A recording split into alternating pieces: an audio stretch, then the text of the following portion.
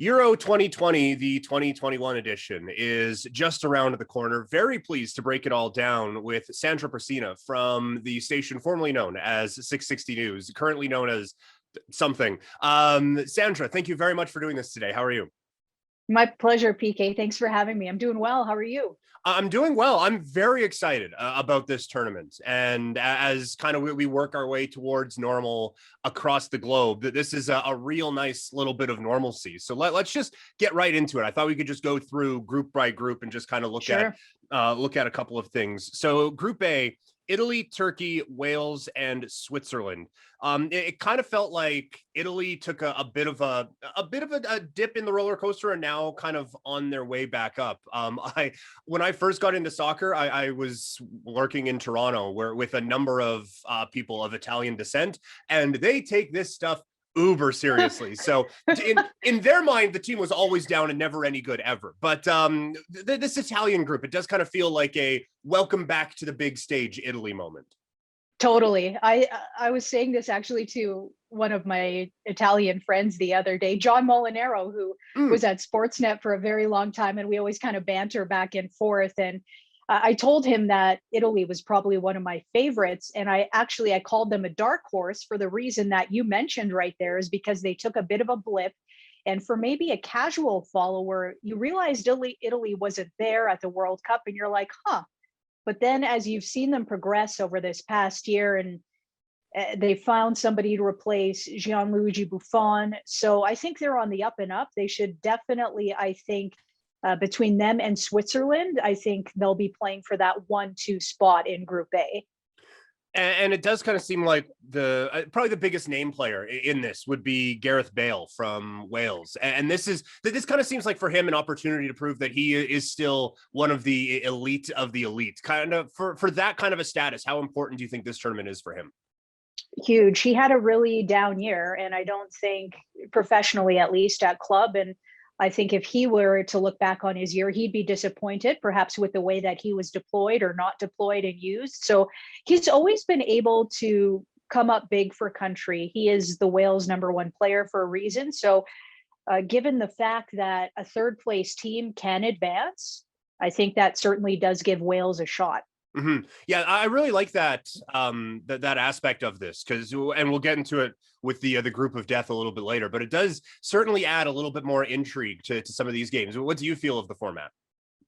I like it. Listen, I've been following this format a lot going back to the Women's World Cup and the Olympics. So I'm actually a really big fan of it. And sorry, not to just bring us back to women's sport, but the fact that if the third place rule didn't exist in 2012 at the Olympics, Canada never would have got a bronze medal in women's soccer in London.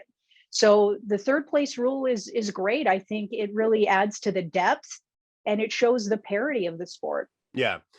Just one more from Group A. It just, in reading up on this, it really felt like Turkey was going to be the one that would kind of try to like choke some of the life out of this. Like, it kind of felt like if people are talking about how boring a match is on Twitter, Turkey is doing their job. What do you think of the Turkish side on this? Listen, they could play the role of spoiler. They've got a lot of quality players, and the Turkish league, it's a fantastic league. We have a couple of Canadians that play there and play there well, in terms of Kyle Larin and Atiba Hutchinson. So the Turkish product is very good. It's also played the role of spoiler at previous Euros. I know that as a Croatian fan, they snuffed out Croatia's chances. So listen, anything can happen, I think, with Turkey.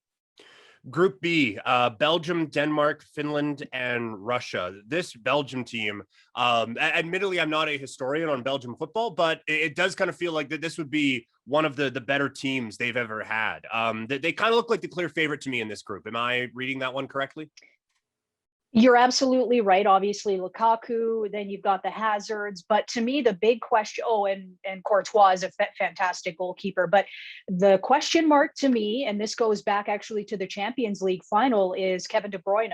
Because it's tough to say if he's going to be 100%. I was actually just reading about him this morning, and he's pushing for full health. But when you have a facial injury, particularly in your nose and this area, I mean, that's really hard. It's just not something you can put a cast on and be like, okay, let's go.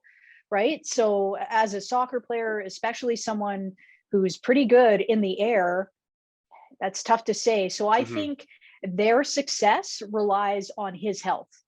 This kind of feels like one of their better chances at doing something. Like a lot of their top players are in their prime, but in kind of the back part of the prime, if that makes sense. Like this kind of, I don't want to say a must win because it's, I mean, every country wants to win this thing, but this kind of feels like one of their last best chances at this. Does that make sense? 100%. And I feel like you talk about the core or the prime years, this is it. And it feels like for the past 5 or 6 years, if you look at the major tournaments, we're waiting for Belgium to break out Right. and make it to a third place or make it to a final. And they haven't been really able to reach the expectation. So if they're going to do it, this would be the year. Another group that, or another team that fascinates me in this group would be the Russians, as we saw what home field advantage did for them the last time they had home field advantage. And now with this format being a little bit different, they got their first three in St. Petersburg, if my research was correct. So this feels like a pretty good opportunity for them to advance to another level. Yeah, you're absolutely right. Russia, a couple of years ago, they just fed off the energy of the crowd. I actually don't know how many people will be there, just given, or I don't know if there are any restrictions there, to be honest. Right. Russia's pretty mum about certain things. But I can say, as somebody that's actually been to Russia and spent some time in that country, they love their sporting events and they come out and and you saw it on the screen a few years ago, that run to making it to the knockout stage was huge. So Mhm. absolutely, you feed out off that crowd, anything is possible. It can just propel you to the next level. Group C has Netherlands, Ukraine, Austria, and North Macedonia. This Group C kind of feels like a hey, welcome back, Netherlands. Yes. Are they? Yeah. Who's kind of the standout in this group, and what do you think of the Netherlands' kind of chances in this? Well, we talked about Italy and Mm-hmm. Netherlands very much in the same boat where, okay, what's been happening for the past few years as we had that earlier golden generation, right? And Right. especially during like the mid 2000s to the early 2010s, they were a potent team. So I think it's their group for the taking. You mentioned Northern Macedonia, and I just have to mention them quickly. It's just a really cool story to see a team like this make Euro. Don't forget that they beat Germany in terms of qualification. Mm. So for them, for a country like that, especially in the Balkan region, that's obviously seen unrest for many, many years. And really, to this point, it's only been, let's say, Croatia, Serbia, and Slovenia able to take that jump to the next level of soccer in Europe. To see Northern Macedonia there, I think it's really cool. I don't think they'll do anything, but at the same time, it's a good story for soccer. It does really seem like obviously different groups have different levels of expectations. I'm sure people in Northern Macedonia would love a Euro championship. Yeah, it's probably not going to happen unless Yeah. a lot of people get sick. But they really do kind of feel like a hey, we're just happy to be nominated type of a team, you know? There's nothing to be ashamed of when it Right. comes to that, because you're going to be able to display your players, and in the end those players may be able to get a better club contract, right? Mhm. More eyeballs are on you, so that in turn, without sounding too like kumbaya about it, but that'll impact the sport back at home, right? Totally. More kids are going to get involved, so it's win-win for them. Well, and you look at like to compare it to the country that we currently reside in here in Canada. Like I would love for Canada to get the opportunity to get their ass kicked in a World Cup. Like that would Yeah. be delightful for me. Yeah. Yeah, you're 100%. What is that saying about visibility? Just visibility is huge, and Totally. once you get onto that world stage, that's it. Hmm. Those are household names. People from now on will remember, oh, Northern Macedonia qualified for Euro. I think it's awesome. Yeah, no, it is really, really cool. With the Netherlands kind of as the standout in this group, Ukraine and Austria, we've already discussed maybe a lack of chance for North Macedonia, but for Ukraine and Austria, who kind of has the edge for you in the race for second in this group? The Ukraine is always formidable, I think, and Austria, you can never, they're not a slouch, and they have a lot of players that came from immigrant parents. So actually, Austria, in a sense, is very much like a Switzerland to me, where they're made up of a lot of immigrant players, and I think it could potentially take them to the knockout stage. Group D is one that I'm sure you're going to be rather fascinated with. Croatia, England, Czech Republic, and Scotland. I have known you a long time. I've heard you swear once, and that was during a Croatian, I believe it was World Cup game. But either way, that was the only time I heard anything other than something delightful coming out of your mouth. And you'll be tested early as Croatia takes Yeah. on England right away. It feels almost simplistic, but it kind of feels like the group is decided on day one. And it's the truth. And listen, it's happening at Wembley Stadium. We talked Mm-hmm. about home field advantage for the Russians. How about this for England? Yeah. This is huge. So for Croatia right now, Croatia is in a bit of a turnover where, yeah, made it to second place in the recent World Cup. However, a lot of firepower is gone. Mario Mandzukic has retired from international football. Ivan Rakitic has retired from international football, a different goalkeeper. So the issue for Croatia, Luka Modric is still there. He might be 35, 36 years old, but he is still an outstanding midfielder. You see what he does for Real Madrid game in, game out. So can he propel them and help the team score goals? That's the issue to me. Who's going to score goals for Croatia? And the first game, 7 a.m. Sunday, our time versus England, I don't even know what to expect. So for me, it's going to be a dog race between Croatia and England.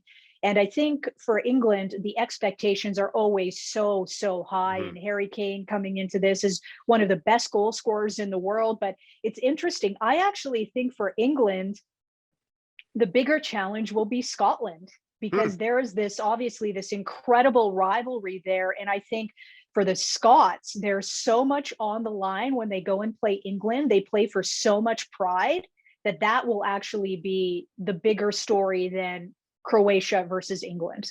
Interesting. And this is a group that I kind of feel like really benefits from that third place having an opportunity, because otherwise this would just be killing time until Croatia and England advance to the knockout stage. But this feels like the Czech Republic and the Scots really have an opportunity in this thing.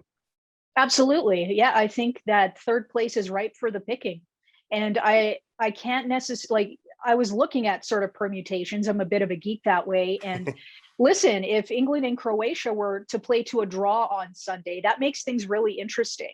Right. Because nobody's taking the full 3 points. So that means Scotland versus Czech Republic will be even that much more important for those two sides. Yeah, it really is interesting in this type of a round robin event, how just one result going a little bit differently than people might think, and everything goes into chaos. Totally, because everybody's like, well, a draw is okay. Yeah, I guess a draw is okay, but you would much rather get 3 points versus the one. Mm-hmm. Yeah, exactly. And if one team is to win, I mean, just how sports work, that means another team is to lose. And now you have some ground to be made up in that instance. Well, and that's exactly it. And we'll talk about the final group, but I think that that's going to play a huge, huge factor in Group F. Group E, Poland, Slovakia, Spain, and Sweden. Sweden without Zlatan Ibrahimovic. I'm sure he's stunned that the tournament is going on without him at all. But how will this Swedish side handle things without someone who is as good as he believes he is with Zlatan? Well, actually, Peter, I'm calling this the COVID group right now because both Sweden and Spain are dealing with COVID issues. I was reading this morning that Spain's actually called in a set of taxi squad players because COVID might be making its way through that camp. So it's tough for me to answer that question because listen, Zlatan is Zlatan and he can score incredible goals, highlight reel goals, but will they really miss him? I don't know. It's tough to say because he hasn't been playing at an international level for how long? Yeah, we saw what he did with LA Galaxy and then earlier this year when he went to Serie A. But again, soccer is what have you done for me lately? Right. So other than some really nice quips and quotes for social media, who knows? And yeah, this will be a group to watch for that COVID reason. And I haven't really heard of issues within other teams. So far to me, it's been an issue with Spain and with Sweden. So that is something like as normal as everything is kind of feeling that there is still this little cloud hanging over it that like we've seen a number of sporting events go off without much of a hitch. But there is still kind of that, hey, if something goes screwy, this could mess with things really, really quickly. Well, we know it. Mm-hmm. I just think of the Vancouver Canucks from earlier this year and Right. how quickly that situation spread. And you have all of those rules in place and things like that. And, Europe, it's not loosey goosey, but listen, players are going to be traveling, people will be involved. So, knock on wood, everything Right. goes okay. And COVID going through, I mean, there's never a good time to have COVID go through a team, but to go through Spain right now, it feels a little tough because they are another team, in my opinion, kind of in the Italy Netherlands group where it's like, hey, welcome back. We've missed you a little bit because there was a time they were in every final ever. And that has, as it does in most competitions, it takes a bit of a dip, but now it does kind of seem like Spain once again is a country on the rise when it comes to soccer. Yeah, they're kind of at this point where they were here and then they're trickling up, just like we've been talking. You mentioned Italy, Netherlands. So it, it's so easy to pick. You do a bracket and it's so easy. You pick Spain and you automatically go to Spain. And I think rightfully so, particularly in this group, I think they will easily advance. Mm-hmm. Lewandowski is, I think, regardless of who is there and who isn't, he is kind of the star of this group. Is that enough to get his team off the rest of the way? No, No. unfortunately, no. It's just, listen, Bayern Munich is a different story. When you have that kind of a supporting cast that's feeding you those balls, it's easy. It's a day at the park. Right. But this is a little bit more different where you don't have that luxury of those players. And that's no disrespect to Poland. Mm-hmm. I mean, listen, in this tournament, like we talked about, you finish third, you can catch lightning and make your way to the round of 16 or the round of 8, but it's tough when you're a bit of a one-trick pony. Yeah, and it is, like you said, like it's one thing, and you can see what he does with high level talent as well, right? Like he's setting records for goal scoring this year in the Bundesliga, which has had its share of talented players, but you kind of, it takes more than just one dude, right? Absolutely. And that's where I look at it. I'm sure he's going to get on the score sheet, but if you are filling out those brackets and things like that, or you're doing like a pool with goal scorers, yeah, you can pick Lewandowski, but then what if they don't advance? Mm-hmm. So just sort of think about that. Right. The last one, the group of death, is Group F with France, Germany, Portugal, and Hungary. My first thought in this is, oh my gosh, poor Hungary. Yeah, sorry guys. Yeah. Normally the Hungarians they offer some quality games, but unfortunately in this group, goodness, yeah, we're very thankful for that third place rule in this particular group. To me, France is the favorite of this tournament. When I think of Kylian Mbappe, is certainly one of my favorite stars in the world to watch right now, but Giroud on the scoreboard, the substitute wonder. I mean, he's been playing forever, and I just think this is France's tournament to lose, to be honest with you. It's crazy how Mbappe is already kind of a household name, even in like casual soccer circles. This is his second international tournament, and dude's 22 years old. Like, it really does feel like he is the next one in terms of great soccer stars. It's so interesting because I remember going into the World Cup a few years ago, everyone was talking about Antoine Griezmann, and all of a sudden it's like, who's this Mbappe? And he took the world by storm. It's like looking behind Griezmann's like, oh, okay, so I'm not the big kahuna. But no, it was Mbappe, and he was fantastic in the World Cup. He's been really good for club. So I think the writing is on the wall that he's going to be a star. With the German side, that they are the group that I pay the closest attention to. And when we talk about, hey, welcome back, all these teams, it kind of feels like Germany is we'll see a little bit later. Like it kind of feels like, while they were the stars of soccer for a while, and this shining example of, hey, this is how you develop a soccer program, it feels like they're kind of in one of the down parts of the roller coaster right now. Am I reading that right? I think so. And this is Joachim Löw's last tournament, I believe. Right. So listen, Germany's had an incredible run, both on the men's and women's side. Like you said, they have developed soccer in that country over the past 25 years. They should be writing a textbook. Canada should be paying attention how they've developed everybody through the youth program all the way up to the men's and women's. They've done an incredible job. If you look at those trophy cases, they're full.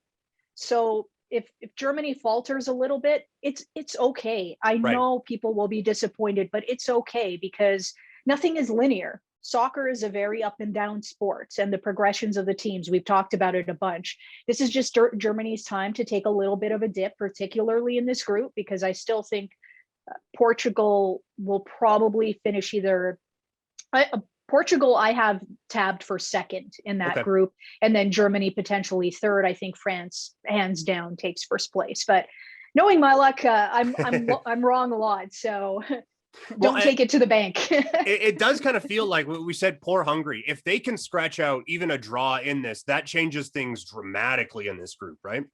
Oh, huge. That could create chaos. It Right. essentially can make the difference between first and third. So Mm-hmm.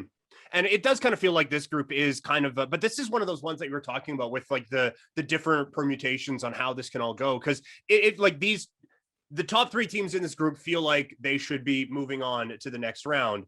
But then if one of them goes 0-2 against one of these powerhouses, sorry, yeah, like that, yeah, that's just, that's it.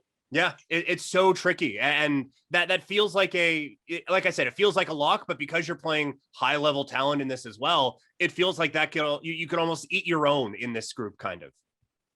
100%. And to me, Portugal is almost potentially going to be the spoiler. And I don't say that because of Ronaldo, to be honest. When Mm-hmm. Portugal won Europe, he got injured that game. The Right. team around him won, right?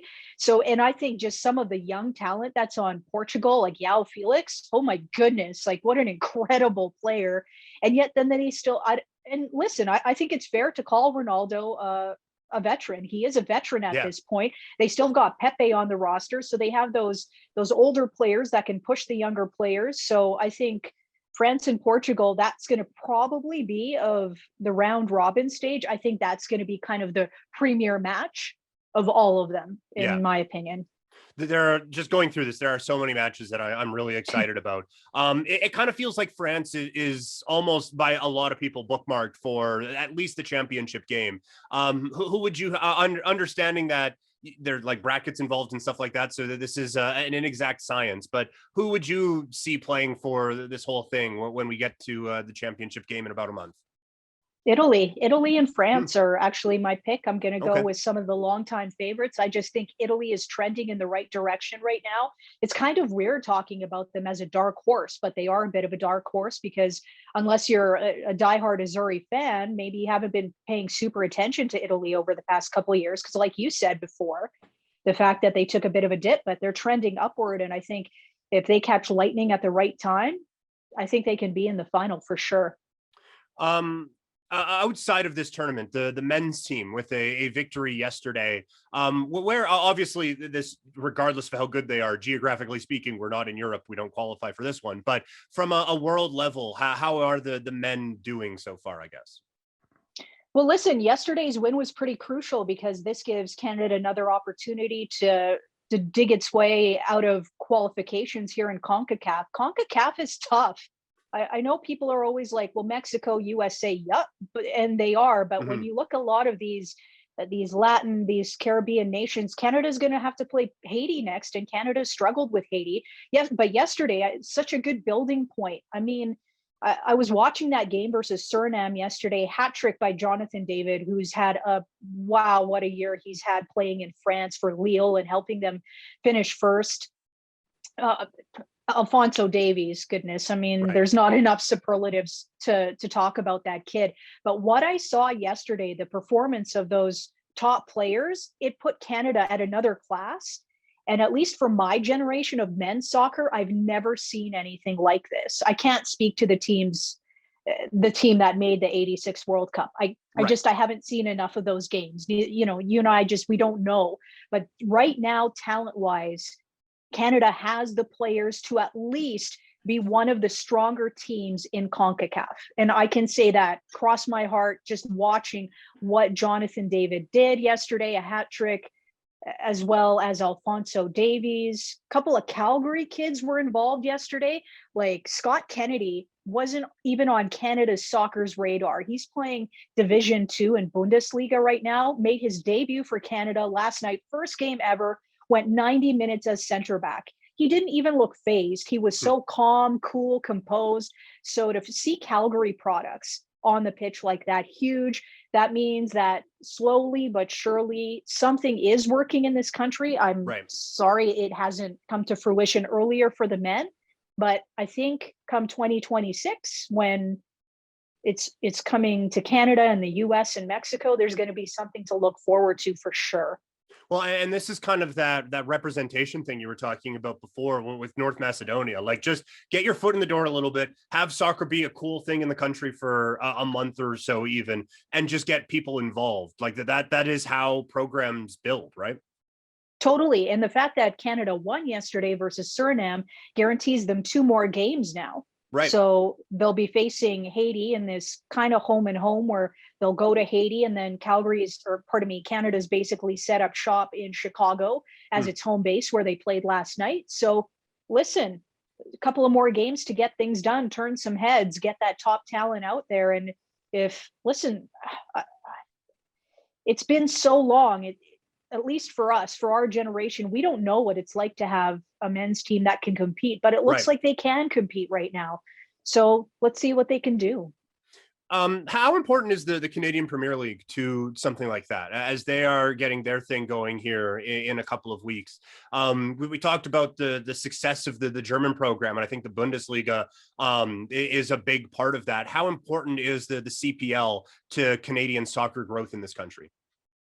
I think it's a key cog in Canada's soccer growth in terms of playing on the senior team. I think it allows some of the people at Canada Soccer to get a better look at the talent that's in this country. But I think for the players, it's more of a stepping stone. Okay. So I look at somebody like, if we're going to talk about Cavalry FC, I look at somebody like Dominic Zator, who was able to get called up to a Canada camp. Mm-hmm.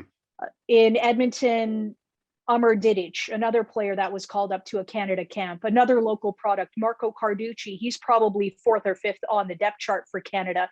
So it's part of that stepping stone, but it's also part of a stepping stone for these players to put themselves on display and eventually get better contracts elsewhere. So whether that be in Europe, I would probably say. So still very young league. This will be its third season and a lot of growth, but it's part of that pyramid that brings you to the national program, and it's a key cog right now. Shifting sports entirely, the Women's World Hockey Championships going to be coming to Calgary, coming here in August. We have seen, especially I think during the pandemic, but over the last few years, we have seen women's sports in this country, as my cat starts to make an appearance on the program today.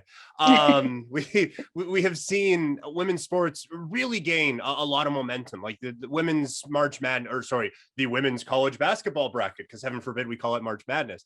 But the women's college basketball tournament, and then the WNBA is getting a lot of steam, and especially in this house, go Mercury. But it feels like, yeah, exactly, right. And we've seen you were part of the Dream Gap tour when it came here to Calgary. There's been so much momentum in women's sports, but the women's worlds have been delayed and canceled and moved, and it's just like it feels like women's hockey is about to explode, and it's just things keep getting in the way. I don't want to put too much on one tournament in one event, but this feels like a really, really big moment in women's hockey here coming up in August in Calgary. Yeah, pandemic aside, we're a couple of years removed here from the CWHL folding, and then they formed the PWHPA, and then the pandemic happened, and it basically blew all this momentum that they had to smithereens. And like you said, it created the first cancellation of the Women's Worlds in Nova Scotia, and then the second cancellation of the Women's Worlds in Nova Scotia. Calgary, kudos, coming to pick up the pieces and hold this tournament. And the worst part was these women, notwithstanding the PWHPA Dream Gap tour that was here 2 weeks ago, notwithstanding, they had not played meaningful hockey in over a year and a half. Right. These are the world's best hockey players. That to me is unspeakable. Can you imagine Sidney Crosby not playing a meaningful game in a year and a half? Connor McDavid not play. And then at the PWHPA Dream Gap tour, I saw Marie-Philippe Poulin, hadn't seen her play in a year and a half, and she scores on a shorthanded breakaway. Like it's like nobody's business. And I'm like, okay, there's the world's best player. And you forget what it's like because you haven't seen it in so long. And these women have been fighting so hard and giving up years, core years of their careers to try and create a better league for everybody. So the fact that Calgary, first of all, kudos, so proud of the city. Hockey Canada, based out of here, they'll have everything that they need at WinSport. It's coming up on an Olympic year, which is crucial, crucial, crucial. And so we've got Beijing coming up in February. They're going to have like a residency camp over at Hockey Canada. Then they're going to play the Worlds. So essentially, have a good performance at the Worlds, and you'll likely book yourself a ticket on Team Canada or Team USA or whatever. But the fact that they can finally play meaningful hockey, it's just huge. It's been so difficult. And like you said, I look at other sports, basketball, soccer, they've been able to play. Hockey has not. So these ladies deserve it. They deserve to be center stage. That's why I was so happy that the PWHPA Dream Gap Tour did so well here in Calgary, got lots of eyeballs, whether it be on the stream or on the Sportsnet TV stations. So let's build on that momentum. I think this is going to be awesome because, I mean, the Americans continue to push Canada to be better. The Canadians continue to push the Americans to be better. I think it's a foregone conclusion. It will be Canada-US in the final. Knock on wood, maybe I just jinxed everybody, but it'll set us up nicely for the Olympics come next year. Yeah. And whenever we talk about women's hockey, the one league thing continues to pop up. Do you think that we are going to get to a spot where we get to one league where the PWHPA and the NWHL come together? And do you think we need it? Like this is a discussion that I thought it was quite clear that it should just be one league. I thought dividing into two was a little strange, but where are you on this debate? Yes, I absolutely think there should be one league. With one league, it would at least allow you to have more teams. This way, it's still so fragmented. It's you versus you and you versus you. And if you support this league, well, you can't support this league. It needs to be equal footing, equal playing ground. And I think the fact that the PWHPA has been able to get support of the St. Louis Blues, the New York Rangers, the Calgary Flames, I know the Toronto Maple Leafs were supporting them as well. The NHL support is huge and it cannot be downplayed at all. And I remember somebody asked me, they're like, well, what's the big deal of NHL teams supporting? And I'm like, when Connor McDavid throws on a PWHPA hoodie, you know how many eyeballs get on that? Because women's hockey to me is still a very niche sport. People don't seem to pay attention unless it's an Olympic year. And that's just the honest truth right now. So the fact that you're getting more eyeballs on this, I know Gary Bettman said in the past that he doesn't want to get involved until there is one league. So I think the NWHL has a really good hold on that mid kind of northern area there, like near New Hampshire, Connecticut, near the New Yorks and things like that. So the fact that if you could come together with the PWHPA, which also obviously has support here in Calgary, Toronto, Montreal, you've got these hubs, just create one league and you can have a plethora of teams and then create divisions, which will obviously be a little bit better in terms of travel and those kinds of expensive, but they need to come together because the future of the sport relies on it. And I know that's super soapboxy of me to say that, but it's the truth because we've seen they haven't played in a year and a half. That to me, that blows my mind. How can you be a top performance athlete and not perform at your sport? It makes no sense to me. So fingers crossed, hopefully in the next year, I think they can really build the momentum from the Worlds and the Olympics coming up next year. And then hopefully we'll have a league to talk about in a year's time. Right now. Yeah, here's hoping. Sandra, I have taken up far too much of your time. Thank you. Thank you very much for this today. And I'm sure we'll be chatting again soon. I look forward to it. I look forward to your Twitter talk on EuroPete. I'm expecting a lot. Okay. Even if it is banter. Let's go. Oh yeah, no, for sure. And I have the time to watch it now, and I'm quite excited to just be able to relax and just watch this whole thing. So I'm quite looking forward to it. So yes, you will get very much your fill of uneducated soccer talk on my Yes, Twitter. I love it. Thanks for having me, PK. I really appreciate it. Yeah, of course. Thank you.